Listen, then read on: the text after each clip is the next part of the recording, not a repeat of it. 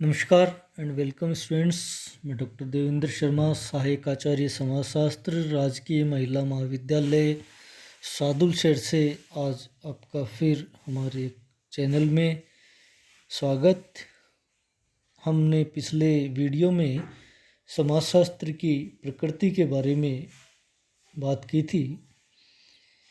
समाजशास्त्र की प्रकृति को वैज्ञानिक मानने और वैज्ञानिक प्रकृति के विरुद्ध जो तर्क दिए गए थे उसके ऊपर समीक्षा की थी और ये पाया था कि समाजशास्त्र की जो प्रकृति है वो वैज्ञानिक है, लेकिन प्राकृतिक विज्ञानों के समान नहीं।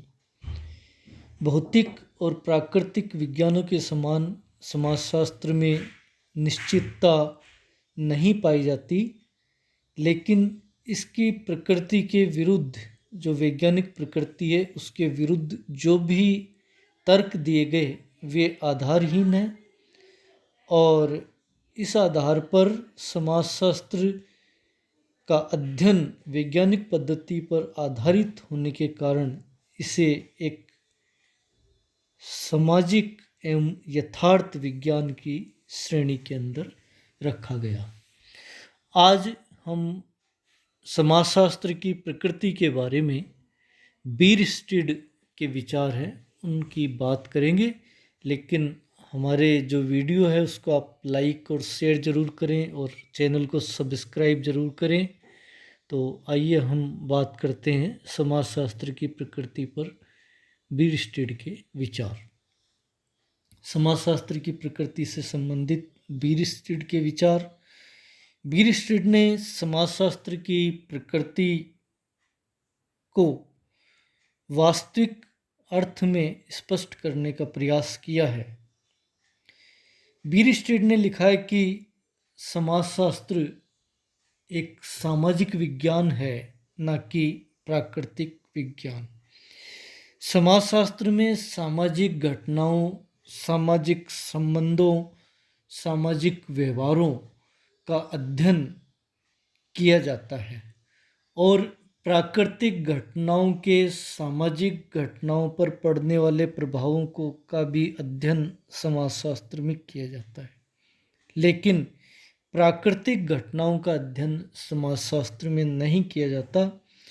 इस कारण से समाजशास्त्र एक सामाजिक विज्ञान है, न कि प्राकृतिक विज्ञान, अर्थात पूर्णतया इसका अध्ययन सामाजिक है या समाज का अध्ययन है, इसलिए इसको एक प्राकृतिक विज्ञान नहीं है बल्कि सामाजिक विज्ञान कहा गया। बीरस्टीड ने लिखा कि समाजशास्त्र एक निरपेक्ष विज्ञान है, न कि आदर्शात्मक विज्ञान। निरपेक्षता से क्या मतलब है कि समाजशास्त्र में सामाजिक घटनाओं का उसी रूप से अध्ययन किया जाता है, अर्थात जिस रूप में वे पाई जाती हैं। इसमें क्या है का अध्ययन किया जाता है, क्या होना चाहिए इसको सम्मिलित नहीं किया जाता। सामाजिक घटनाओं के प्रति अच्छे या बुरे विचार शामिल नहीं होते हैं, अर्थात यह किसी भी घटना के प्रति निरपेक्ष रह कर के और उसमें अध्ययन इसमें शामिल होता है। आदर्शात्मक विचार इसके अध्ययन के अंदर शामिल नहीं होते हैं, इसलिए ये एक निरपेक्ष विज्ञान है, न कि आदर्शात्मक विज्ञान। बीरस्टीड ने ये लिखा कि समाजशास्त्र एक विशुद्ध विज्ञान है, न कि व्यवहारिक विज्ञान। सामाजिक घटनाओं के बारे में क्रमबद्ध सूचनाएं समाजशास्त्र में एकत्रित की जाती है, जिसका प्रयोग व्यवहारिक क्षेत्र में करने का कार्य समाजशास्त्र का नहीं होता है। समाजशास्त्र में सामाजिक घटनाओं का अध्ययन, विश्लेषण, निरूपण और क्रमबद्ध सूचनाएं एकत्रित कर इनका व्यवहारिक क्षेत्र में बिल्कुल प्रयोग नहीं करते हैं। जिस प्रकार से प्राकृतिक विज्ञानों में हम देखते हैं कि प्राणी शास्त्र में शरीर रोगों से संबंधित जो जानकारी है, तथ्य हैं, ज्ञान है, उन्हें एकत्रित किया जाता है औषधि विज्ञान के द्वारा इसे व्यवहारिक क्षेत्र में लागू करके रोग का निदान किया जाता है। ठीक उसी प्रकार से समाजशास्त्र में प्राणी शास्त्र के समान ज्ञान की खोज अवश्य की जाती है, लेकिन व्यवहारिक क्षेत्र में लागू करने का काम इस विषय का नहीं है। व्यवहारिक क्षेत्र में लागू करने का काम समाज सुधारकों एवं प्रशासकों के द्वारा किया जाता है। समाजशास्त्री का कार्य केवल ज्ञान के संग्रह तक सीमित है, इसलिए समाजशास्त्र एक विशुद्ध विज्ञान है, न कि व्यवहारिक विज्ञान। समाजशास्त्र एक अमूर्त विज्ञान है, न कि मूर्त विज्ञान। समाजशास्त्र की जो मुख्य विषय वस्तु है वो सामाजिक संबंध होते हैं, और सामाजिक संबंधों की जो प्रकृति होती है वो अमूर्त होती है। इसलिए समाजशास्त्र में सामाजिक संबंधों का अध्ययन किया जाता है, अतः इसकी भी प्रकृति वो अमूर्त प्रकृति मानी जाती है, इसलिए इसको एक अमूर्त विज्ञान कहा गया है, न कि मूर्त विज्ञान। समाजशास्त्र एक सामान्य विज्ञान है, न कि विशेष विज्ञान।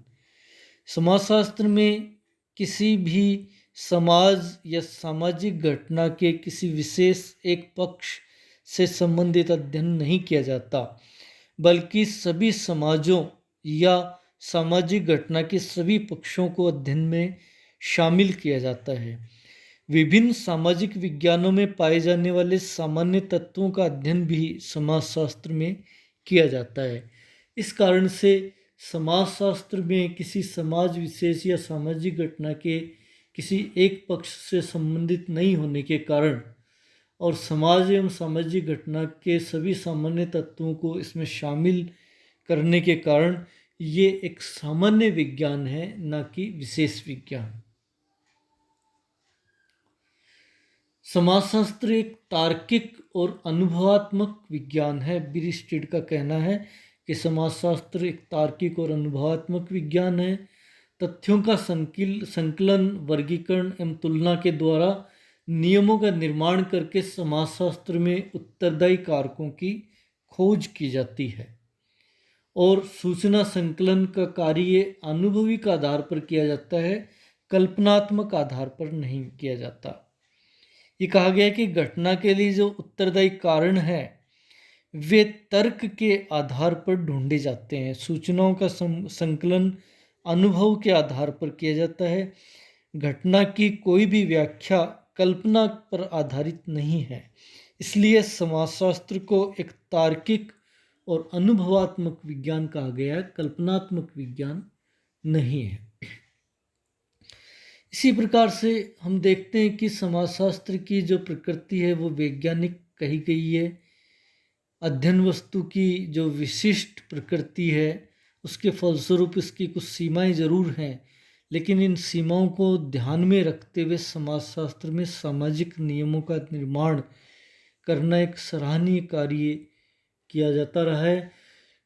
टी.बी. बोटोमोर ने समाजशास्त्र की जो प्रकृति है उसके बारे में ये लिखा है कि अनेक जटिलताओं के बावजूद समाजशास्त्र में सामाजिक घटनाओं के कार्यकारण संबंध एवं प्रकार्यात्मक सहसंबंधों को सफलतापूर्वक प्रस्तुत किया गया है।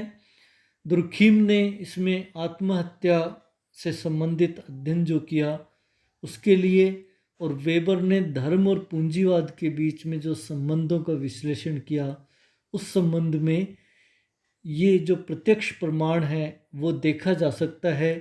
वैज्ञानिक प्रकृति के विरुद्ध आपत्तियों के बावजूद इसमें वैज्ञानिकता का जो पर्याप्त गुण है वो मौजूद है, इसलिए इसकी प्रकृति जो है वो पूर्णतया वैज्ञानिक है। तो इस प्रकार से समाजशास्त्र की प्रकृति से संबंधित आज हमारा टॉपिक यहीं पूर्ण होता है। धन्यवाद।